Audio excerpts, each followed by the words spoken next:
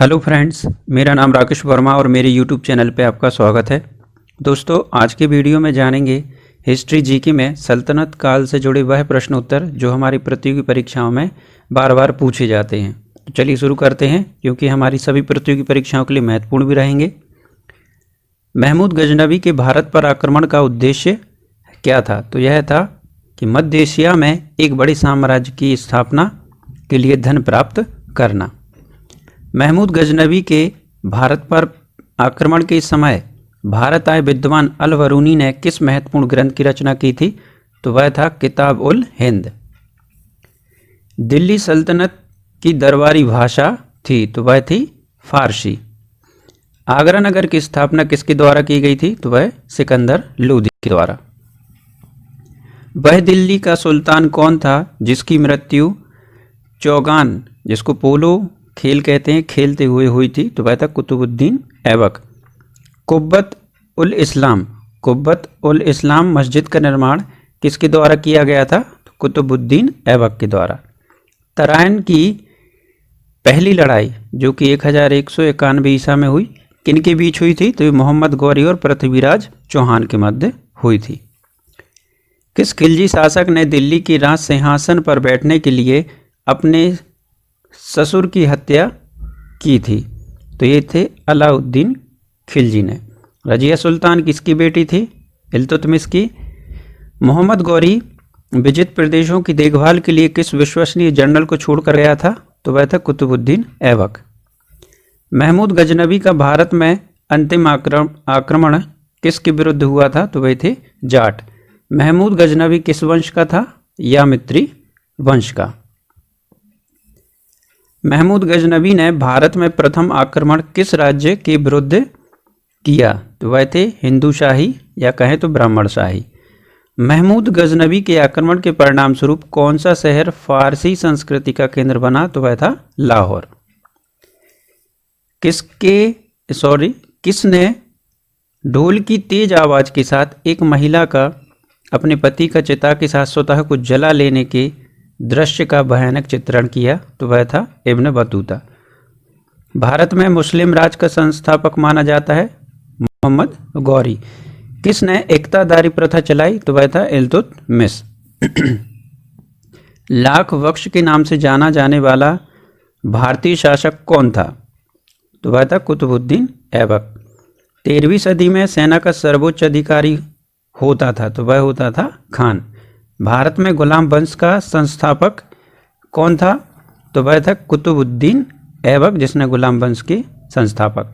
कुतुब मीनार के कार्य को किसने पूरा किया था? तो वह था इल्तुतमिश। दिल्ली का पहला तुगलक सुल्तान कौन था? तो वह था गयासुद्दीन तुगलक। पंजाब के हिंदू शाही राजवंश को किसने स्थापित किया? तो वह था कल्लर।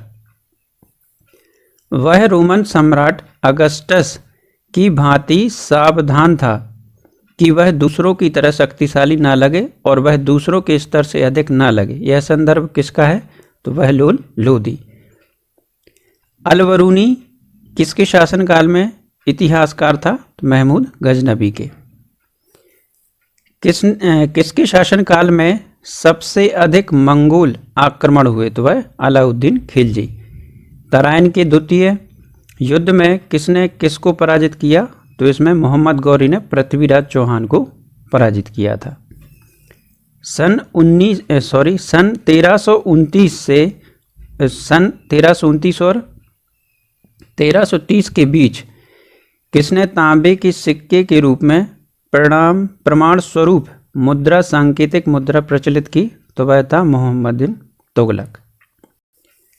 दिल्ली के किस सुल्तान को इतिहासकारों ने विरोधों का मिश्रण बताया है? तो वह था मोहम्मद बिन तुगलक। लोदी वंश का अंतिम शासक कौन था? तो वह था इब्राहिम लोदी। इनाम भूमि किसे दिया जाता था? तो वह विद्वान और धार्मिक व्यक्तियों को। उत्तरी भारत की प्रथम मुस्लिम महिला शासक या दिल्ली पर राज करने वाली प्रथम महिला शासक थी, तो वह थी रजिया सुल्तान। दिल्ली का प्रथम सुल्तान कौन था जिसने दक्षिणी भारत को पराजित करने का प्रयास किया? तो वह था अलाउद्दीन खिलजी। यात्री इब्न बतूता कहाँ से आया था? तो वह था मोरक्को से आया था, मोरक्को का था। भारत पर प्रथम तुर्क आक्रमण करने वाला था, तो वह था महमूद गजनवी। अलाई दरवाज़ा किसका मुख्य द्वार है? तो यह है कुतुब मीनार का मुख्य द्वार, अलाई दरवाज़ा।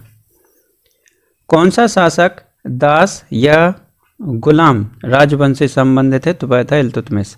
दक्षिण अफ्रीकी यात्री इब्न बतूता किसके शासन काल में भारत आया? तो वह था महमूद बिन तुगलक के शासनकाल में। महमूद गजनवी ने भारत पर कितनी बार आक्रमण किया था? तो 17 बार।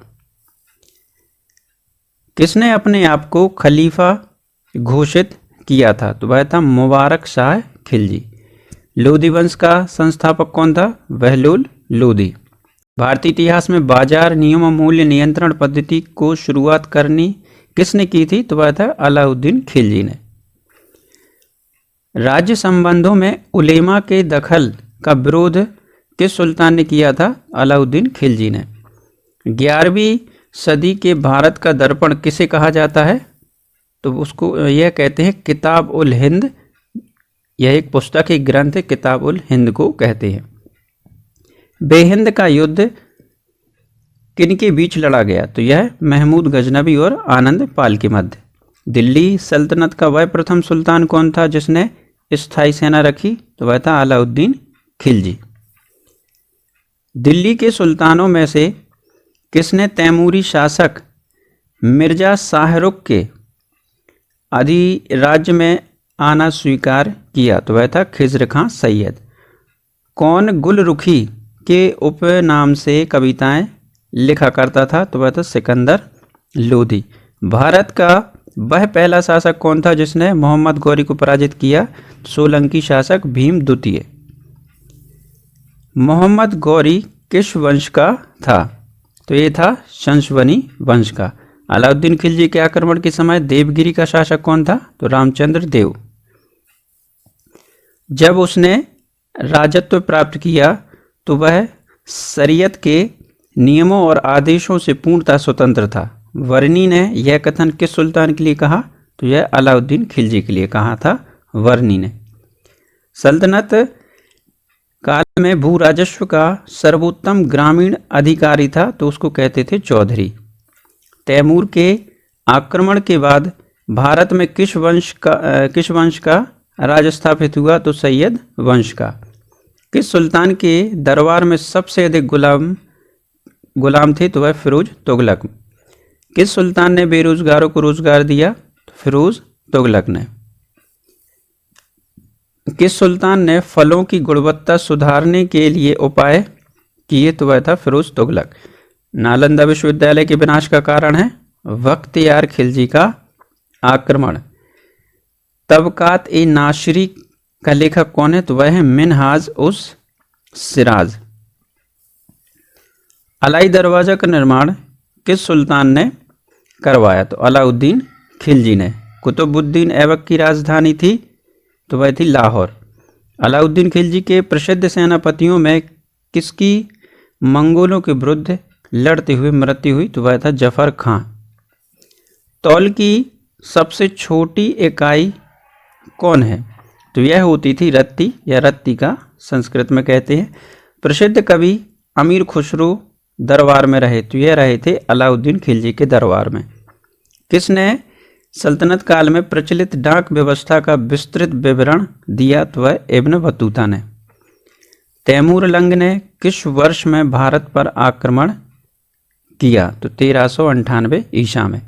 दिल्ली के किस मुस्लिम शासक के निधन पर इतिहासकार बदायूनी ने कहा कि राजा को अपनी प्रजा से तथा प्रजा को अपनी राजा से मुक्ति मिली? तो मोहम्मद बिन तुगलक के लिए। दिल्ली के सुल्तान बलबन का पूरा नाम क्या था? तो वह था गयासुद्दीन बलबन। कौन सा सुल्तान नया धर्म चलाना चाहता था किंतु उलेमाओं ने विरोध किया? तो अलाउद्दीन खिलजी। दिल्ली में कौन सा ऐतिहासिक स्मारक भारतीय तथा फारसी वास्तुकला शैली का उदाहरण है? तो वह है हुमायूं का मकबरा। दिल्ली का सुल्तान जो दान दक्षिण के बारे में काफ़ी ध्यान रखता था और उसके लिए एक विभाग, दान दक्षिणा है दोस्तों, ये दान दक्षिणा के बारे में काफ़ी ध्यान रखता था और उसके लिए एक विभाग दीवान खैरात, इसको दान विभाग स्थापित किया, तो वह था फिरोज तुगलक। किस संगीत वाद्य को हिंदू मुस्लिम गान वाद्यों का सबसे श्रेष्ठ मिश्रण माना जाता है, तो वह है सितार।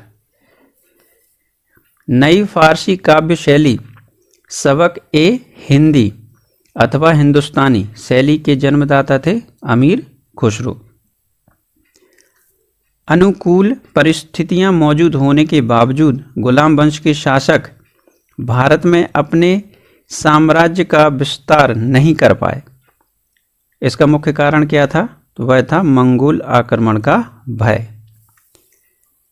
तुगलकनामा के रचनाकार का नाम है, तो वह है अमीर खुसरो, जिन्होंने तुगलकनामा लिखा। भारत में मोहम्मद गौरी ने किसको प्रथम अख्तर प्रदान किया था, तो कुतुबुद्दीन ऐबक। किस सुल्तान के काल में खालिशा भूमि अधिक पैमाने पर विकसित हुई, अलाउद्दीन खिलजी। सल्तनत काल के सिक्के टंका, शशगनी एवं जीतल किन धातुओं के बने थे, तो वह चांदी, सोना और तांबा के बने थे।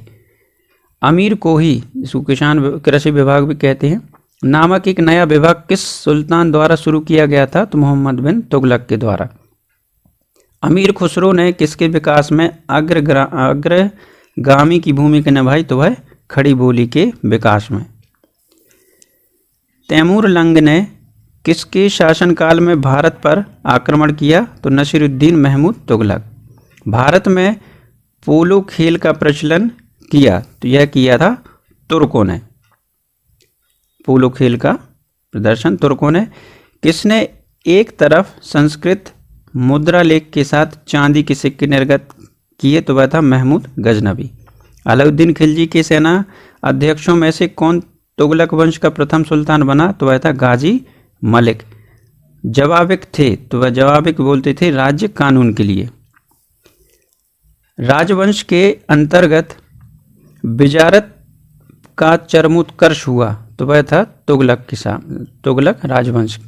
2.5 दिन का झोपड़ा अजमेर का निर्माण किसने करवाया, जो 2.5 दिन का झोपड़ा मस्जिद है और अजमेर का निर्माण किसने करवाया था, तो कुतुबुद्दीन ऐबक ने।